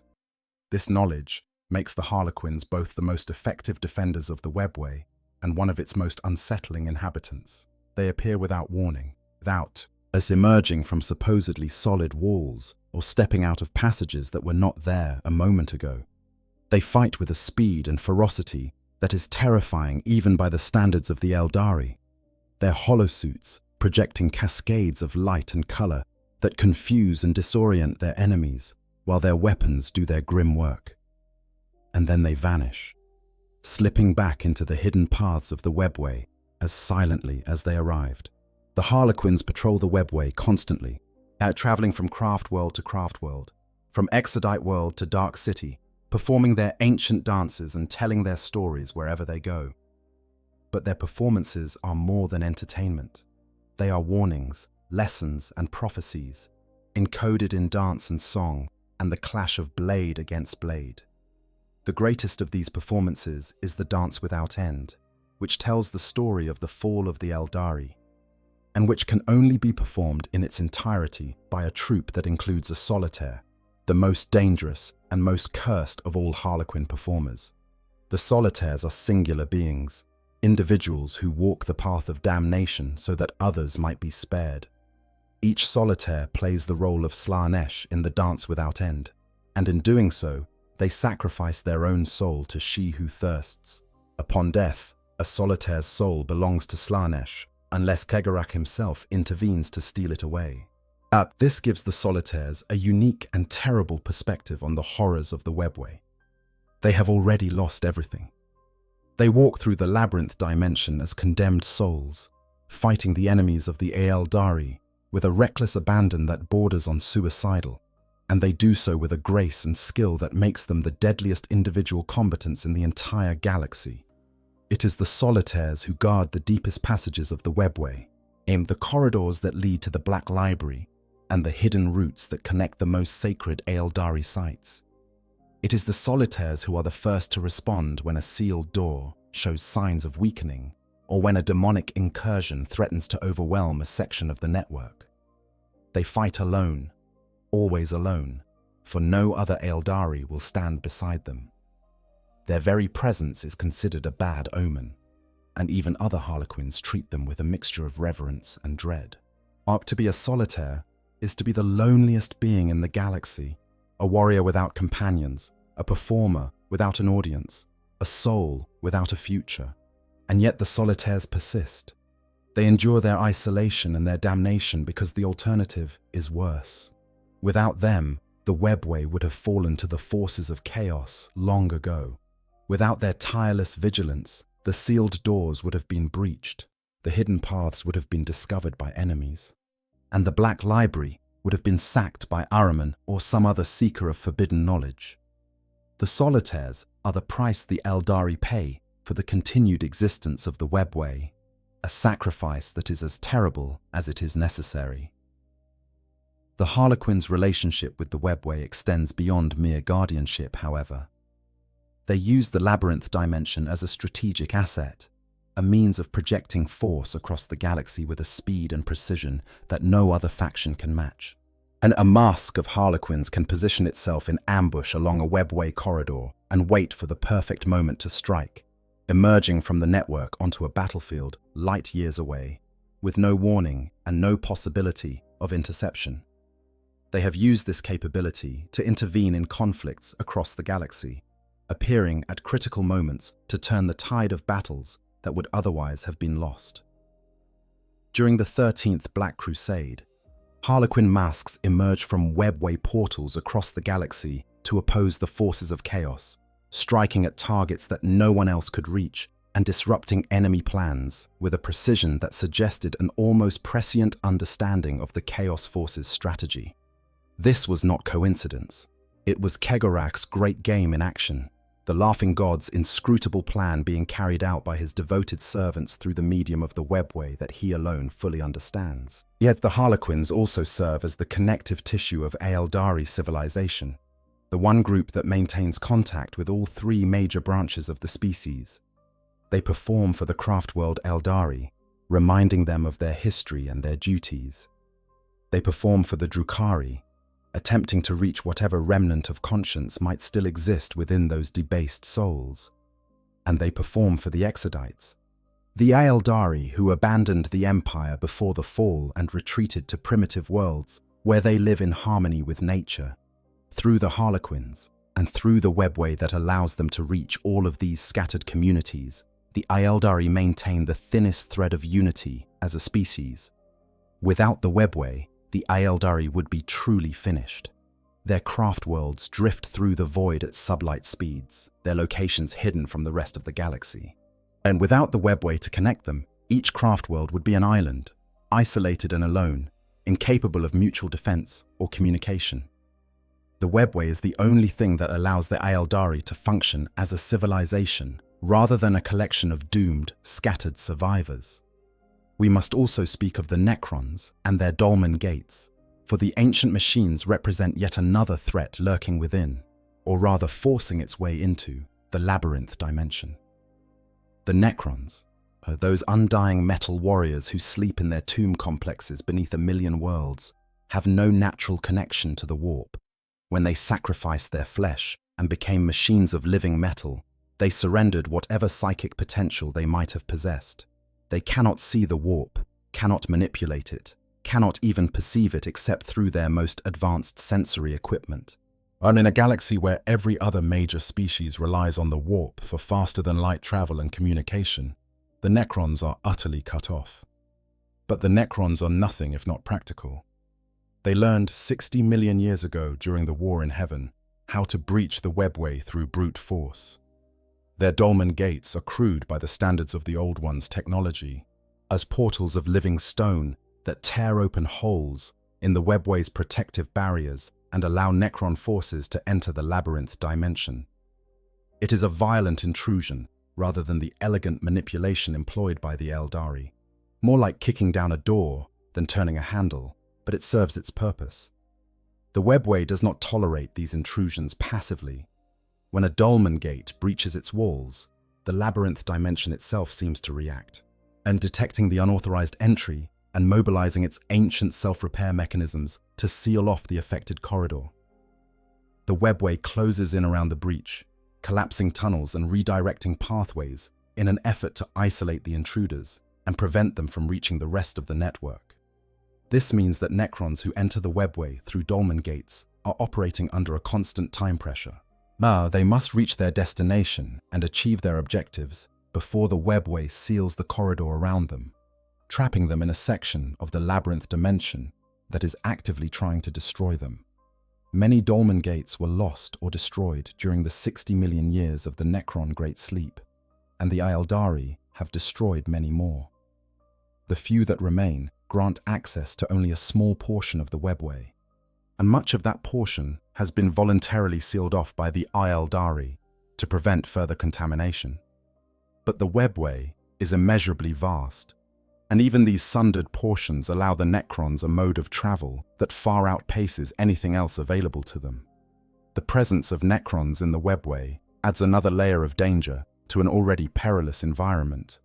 Necron raiding forces that enter the webway through Dolmen gates are typically well armed and aggressive, knowing that they have limited time to accomplish their objectives before the network seals around them.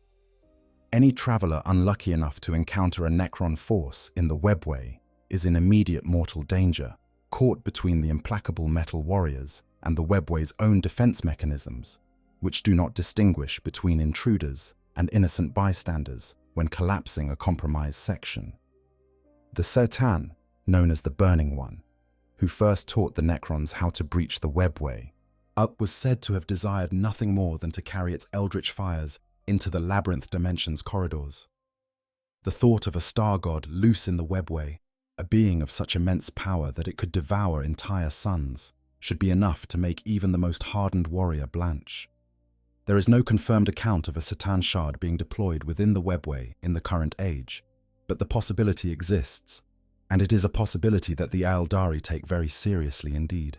There is another aspect of the webway's horror that we have not yet fully explored, and it is perhaps the most psychologically disturbing of all. It is the webway's relationship with time. We touched on this briefly when discussing the Old One's original construction, but it deserves a more thorough examination. Because the webway does not merely allow you to travel across space, in certain of its more obscure passages, it appears to allow travel across time as well, or at the very least, and it creates conditions in which time behaves in ways that defy all conventional understanding. The Harlequins have long spoken of remote and exotic locations within the webway, where the normal flow of time seems to reverse itself. Travelers entering these sections find themselves moving backward through their own personal timelines, growing younger with each step, watching wounds heal and memories fade.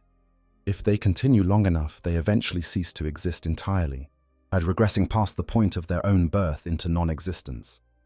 Other sections are places where time does not flow at all, frozen moments preserved in amber, where a single instant has been stretched into eternity.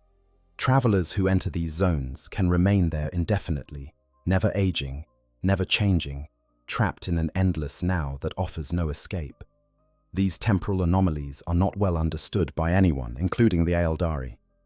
They may be natural consequences of the webway's existence between dimensions, artifacts of the intersection between the timeless warp and the time-bound material universe. They may be deliberate creations of the Old Ones, who are rumored to have possessed the ability to manipulate time itself, or they may be the results of damage, places where the webway's structure has been compromised in ways that distort the fundamental nature of causality itself. Whatever their origin, the temporal anomalies of the webway are profoundly dangerous. A traveler who wanders into a time-reverse section without understanding what is happening may find themselves trapped in an inescapable regression, watching their life unspool before them as they grow smaller and younger and more confused. A party of warriors entering a frozen time zone may step out of it to find that centuries have passed in the outside world, their allies dead, their missions irrelevant, yet their entire civilization changed beyond recognition. Time in the webway is a treacherous current that can carry you to places you never intended to go. There are also places within the Webway where the past and the future seem to overlap, creating impossible paradoxes that can drive a sentient mind to madness. Travelers in these regions have reported encountering versions of themselves from different points in their own timelines, or receiving messages that they themselves have not yet written. The logical contradictions inherent in these encounters are enough to shatter the sanity of any being that relies on a conventional understanding of cause and effect, which is to say, virtually every intelligent species in the galaxy. Only the Harlequins seem truly at ease in these temporal dead zones. Segorach's children have spent 10,000 years learning to navigate the Webway's strangest regions, and they have developed an intuitive understanding of temporal flow that allows them to pass through time-distorted sections without being trapped. Whether this is a natural ability or a blessing bestowed upon them by the laughing god is unknown. What is known is that the Harlequins sometimes use these temporal anomalies to their advantage, stepping into the past or the future to gain information or position themselves for strikes that seem, from the perspective of their enemies, to come from nowhere and everywhere simultaneously. We should also speak of the abandoned cities of the Webway, the ghost metropolises that dot the labyrinth dimension like tombstones in a cemetery. Because Commorragh is not the only city to exist within the Webway, at the height of the Aeldari Empire, there were hundreds of such cities, port cities and pleasure palaces, and fortress citadels that served as the nodes of a civilization spanning the galaxy. And most of these were abandoned after the fall, their inhabitants dead or fled, their corridors empty and silent. But empty does not mean safe. The abandoned cities of the Webway are perhaps the most dangerous locations in the entire labyrinth dimension, precisely because they have been left unguarded for so long. Over the millennia, the seals on their doorways have weakened. The wards that once kept the warp at bay have degraded, and things have crept in, slowly, quietly, one tendril at a time, and until the once pristine boulevards and plazas of these ancient metropolises have become the hunting grounds of entities that no living being should ever encounter. Some of these cities are now entirely submerged in the warp, their boundaries having failed completely, leaving their architecture standing in the raw stuff of the Imperium, like buildings in a flood. Demons swim through their corridors like fish through an aquarium, and the psychic residue of the Aeldari, who once lived there, draws more and more entities to the site, creating concentrations of warp energy that pulse with malign intelligence. Approaching such cities is extraordinarily dangerous, because the boundary between the Webway and the warp is blurred at their edges, and a traveler can find themselves stepping from the relative safety of an intact corridor directly into the Imperium without any warning at all. As other cities remain structurally intact, but have been colonized by entities that have reshaped them to serve alien purposes. There are rumors of cities that have been claimed by enslavers, their streets populated by mind-controlled puppets that maintain a grotesque parody of normal life, while their masters lurk in the deeper chambers, breeding and expanding their territory. There are whispers of cities where Drachnyen have established permanent colonies, their nests filling every building and every corridor, the air thick with the buzzing of their wings and the psychic scent of their hunger. There are stories of cities where reality itself has come unmoored, where the laws of physics change from room to room and nothing can be trusted. Not the floor beneath your feet, not the walls around you, not even the evidence of your own senses. The Aeldari do not enter these abandoned cities unless they have absolutely no choice. Yet the risks are simply too great, and the potential rewards too uncertain. What treasures or technologies might still exist within their walls are not worth the lives that would be lost attempting to retrieve them. The abandoned cities are dead places, tombs for civilizations that perished 10,000 years ago, and their ghosts do not welcome visitors. And yet, from time to time, something emerges from one of these dead cities. A creature, a phenomenon, in a wave of corrupted psychic energy that surges through the Webway like a pulse of poison through a bloodstream. These emergences are unpredictable and often devastating, and they serve as a constant reminder that the sealed doors and runic wards of the Webway are not permanent solutions, but temporary measures, stopgaps that buy time but do not solve the underlying problem. The underlying problem, of course, is that the webway is full of holes, and every hole is a doorway. And on the other side of every doorway, something is waiting. The demons press against the sealed corridors, probing for weakness, seeking entry to the inhabited sections of the webway where Aeldari souls can be harvested. The Mandrekes lurk in their shadow realm, expanding their territory in a darkness so complete that even demons cannot survive within it. The Psychnoin nest in the abandoned passages, waiting for the psychic signatures of unwary travelers to trigger their reproductive instincts. The enslavers drift through breaches in the walls, seeking psychers to convert into living warp portals. The Drukhari of Commorragh raid the galaxy from their hidden city, sustaining their civilization on the suffering of billions, while the chasm of woe yawns ever wider beneath them. The Harlequins patrol the secret paths, are guarding the Black Library and pursuing the inscrutable agenda of their divine patron. And the Necrons force their way through Dolmen gates, ancient and implacable, seeking to reclaim the network that their Satan masters first taught them to breach 60 million years ago. All of these factions, all of these species, all of these entities exist within the same labyrinth.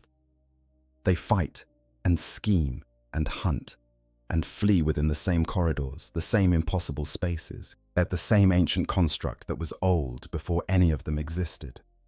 The webway is a battleground, a hunting ground, a living graveyard for civilizations that have risen and fallen within its boundaries over the course of millions of years. And through it all, the webway itself endures. Damaged, broken, infested, scarred by wars that have spanned eons, it nonetheless persists. Its ancient mechanisms still function, still attempt to heal the wounds that have been inflicted upon it. They still react to unauthorized intrusions with something that could almost be called outrage. The construct that the old ones built so long ago refuses to die, even as the galaxy it spans tears itself apart in an endless cycle of war and destruction. There is something almost admirable in that persistence. Almost. Until you remember what lives within its corridors and what would be unleashed upon the galaxy if the webway ever failed completely. Because the webway is not just a network of tunnels, but it is a containment system. It is a barrier between the material universe and the warp, a thin shell of order and structure in a cosmos that tends naturally toward chaos and destruction.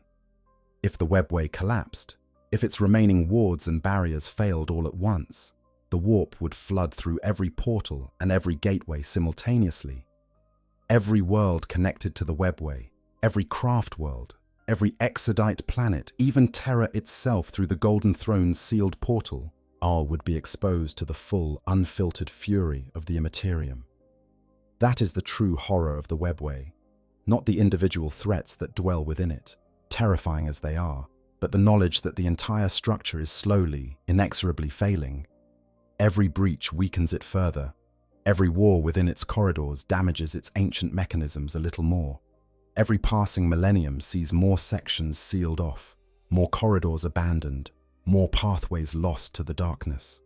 The webway is dying, and when it finally dies, it will take a great deal of the galaxy with it.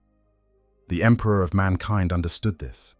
That is why his great project, the work that he considered more important than any other task in his impossibly long existence, was to create a human gateway into the webway and eventually to wrest control of the entire network from the Aeldari. He understood that the future of humanity depended on finding an alternative to warp travel, a means of crossing the galaxy that did not require exposing human souls to the predators of the Imperium. The webway was that alternative. It was the answer to every problem that plagued the Imperium. The solution that would make astropaths and navigators and Geller fields and all the other desperate, jury-rigged protections against the warp unnecessary. Consider for a moment the scale of what the Emperor was attempting. Every day, across the Imperium, thousands of ships travel through the warp. Every one of those ships relies on a Geller field to create a bubble of reality around itself, protecting its crew from the demons and predators that fill the Imperium. Every one of those ships requires a navigator, a mutant human with a third eye that can perceive the warp's currents and guide the vessel through the chaos. Every one of those journeys carries a non-trivial risk of disaster, from ships emerging from the warp centuries after they entered it, to ships being torn apart by warp storms, to ships whose Geller fields fail, leaving their crews exposed to the raw, unfiltered horror of the Imperium. The Emperor wanted to eliminate all of that. Every risk, every death, every ship lost to the warp's capricious fury. He wanted to give humanity what the Aeldari had possessed for millions of years: safe, reliable, instantaneous travel across the galaxy. And more than that, yet he wanted to use the Webway as a shield, a means of severing humanity's connection to the warp entirely. If humans no longer needed to touch the Imperium, if they could travel and communicate and exist without ever brushing against the realm of chaos, then the Chaos Gods would be starved of the psychic energy that sustained them. The great war between order and chaos, the eternal conflict that had raged since the dawn of sentient life, could be won not through force of arms, but through simple disconnection. Cut the cord, and the parasites wither. The Emperor's ultimate objective was breathtaking in its ambition. He did not merely want to use the Webway for travel. He wanted to use it to sever humanity's connection to the warp entirely, depriving the Chaos Gods of the psychic fuel that sustained them. He would then guide the human species through its evolution into a fully psychic race, protected from the dangers of that evolution by the Webway's shielding. In one stroke, he would have ended the threat of chaos, secured humanity's future, and achieved a mastery over the fundamental forces of the universe that would have rivaled the Old Ones at their height. This is why the Emperor withdrew from the Great Crusade after the triumph at Ullanor. This is why he named Horus as War Master and returned to Terra. Not out of disinterest in the Crusade, not out of some failure of leadership, but because the Webway project was more important than any military campaign could ever be. The Crusade was a means to an end, a way of uniting humanity under a single banner so that the species could be guided through the transition to Webway-based travel. The real work, the work that would determine whether humanity survived or perished, was happening in the deepest vaults of the Imperial Palace, where the Emperor labored in secret to create a gateway into the labyrinth dimension.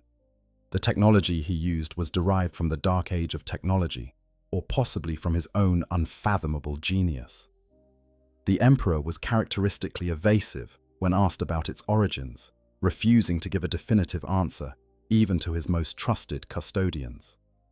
The gateway itself was powered by the Golden Throne, and an ancient and incredibly complex piece of technology that served as both power source and psychic amplifier.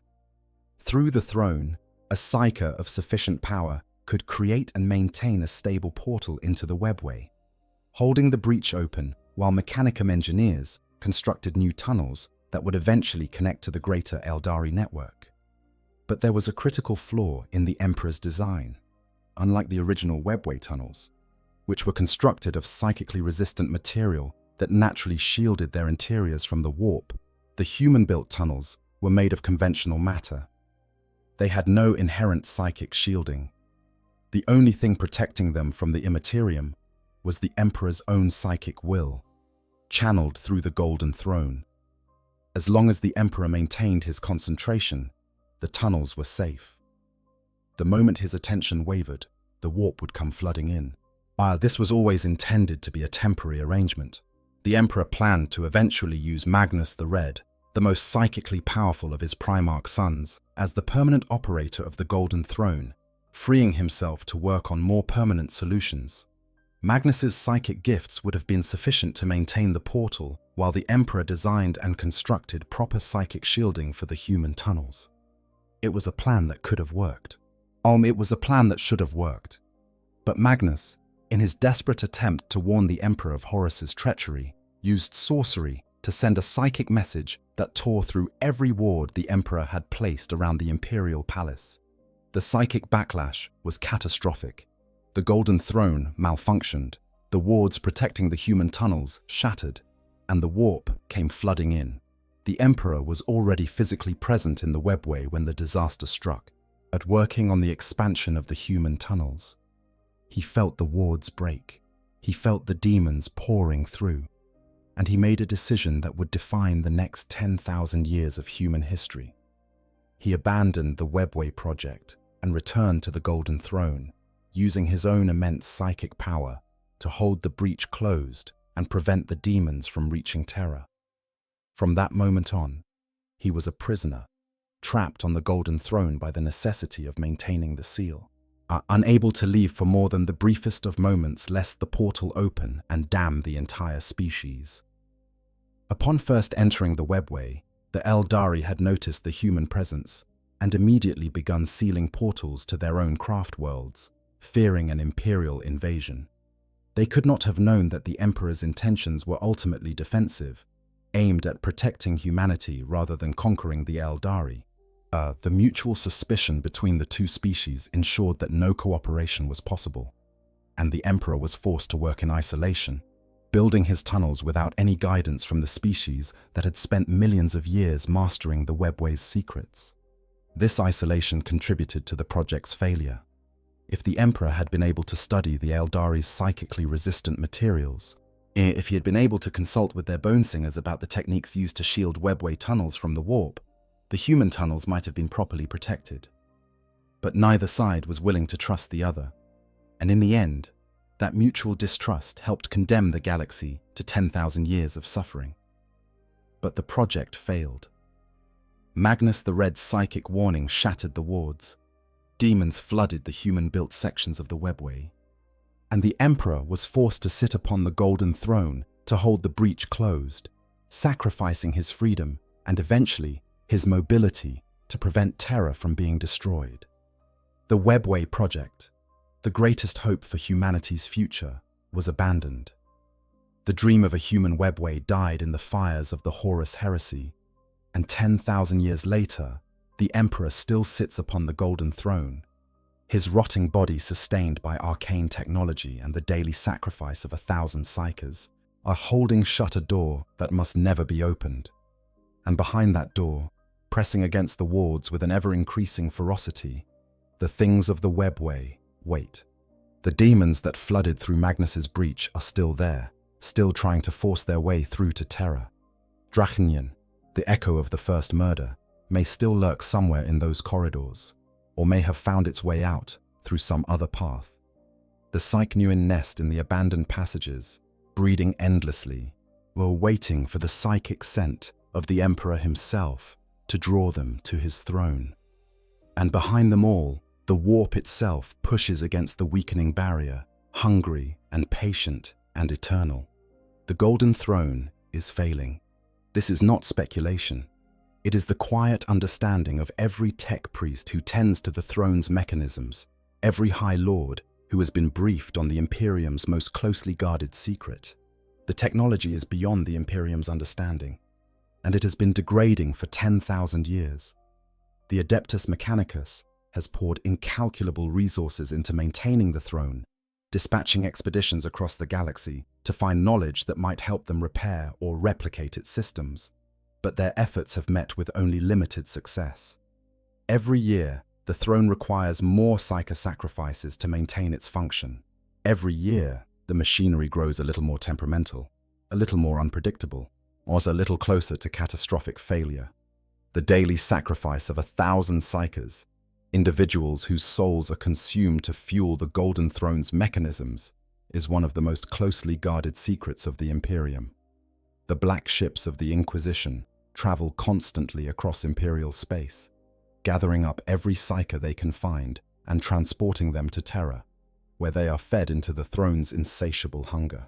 These are not willing sacrifices, and these are people torn from their homes and their families, transported across the galaxy in conditions of unspeakable horror, and then consumed alive to keep a machine running that no one fully understands. The moral calculus is staggering. 1,000 lives per day, every day, for 10,000 years, all to keep one breach in the Webway sealed. And yet, there is no alternative. If the throne fails, the portal opens, and everything that has been pressing against it for 10 millennia comes through. Not just the demons that flooded in during Magnus's breach, which have been multiplying and growing in power for the entire duration, but potentially everything that lurks in the damaged sections of the Webway beyond. The breach beneath the Imperial Palace is not an isolated wound. It connects to the greater Webway network, to all the sealed sections and abandoned corridors and demon-infested ruins that stretch across the galaxy. If the throne fails, Terra does not merely face a demonic invasion, it faces a connection to every horror that the Webway contains, a doorway to every nightmare that has festered in the labyrinth dimension's broken reaches for the last 60 million years. Some within the Imperium believe that the answer lies in restarting the Emperor's Webway project, completing the work that was interrupted by Magnus's folly and the Horus heresy. Rabute Guilliman, the returned Primarch and current Lord Commander of the Imperium, White is said to be investigating this possibility, though the technical challenges are virtually insurmountable. The knowledge required to build psychically resistant Webway tunnels may simply no longer exist within the Imperium's archives, and the Aeldari, who possess that knowledge, have shown no inclination to share it. Others believe that the answer lies with the Aeldari themselves, specifically with the Inari, the followers of the newly awakened god of the dead, Iniad. The Inari's emergence has created unprecedented cooperation between the Aeldari and certain elements of the Imperium, and there are those who hope that this cooperation might extend to the repair of the Webway and the Golden Throne. The Aeldari, after all, have as much to gain from a functioning Webway as humanity does, and the threat of chaos is an enemy that both species share. But these are hopes, not plans, and in the meantime, the throne continues to degrade, the sacrifices continue, and the things in the Webway continue to press against the weakening seal with ever-increasing urgency. One day, perhaps tomorrow, perhaps in a century, perhaps in a millennium, the Golden Throne will finally fail. And when it does, the portal to the Webway beneath the Imperial Palace will open, and everything that has been pressing against it for 10,000 years will come pouring through. That is the final horror of the Webway. Not what it contains, but what it is barely preventing. Not the predators that hunt its corridors, but the flood of destruction that it holds at bay. The Webway is a dam, and the dam is cracking. And behind the dam is an ocean of nightmares that has been building in pressure for longer than the Imperium has existed. We have walked together through the labyrinth dimension. We have peered into its darkest corners and seen what stares back. We have met the demons that press against its sealed doors. The shadow creatures that dwell in its multi-dimensional districts. The ancient predators that nest in its abandoned corridors. We have seen the dark city of Commorragh with its stolen sons and its seas of suffering. We have gazed upon Cain's gate and heard the rhythmic pounding of something vast and terrible on the other side. We have learned of Drachnyen, the echo of the first murder, who wounded the Emperor himself in the depths of the Webway and now serves as the weapon of the greatest enemy of humanity. We have visited the Black Library, where the secrets of chaos are guarded by warrior performers who serve a god whose plans span millennia. And through it all, we have understood one central truth. The Webway is not merely a setting for horror stories. It is the horror story.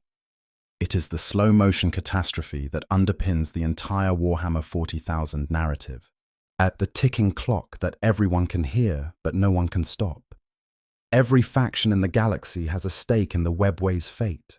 The Aeldari need it to survive. The Drukhari need it to sustain their monstrous civilization. The Harlequins need it to pursue Tegarak's great game. The Necrons want to reclaim their ancient access to it. The Imperium needs the Golden Throne to keep its portals sealed.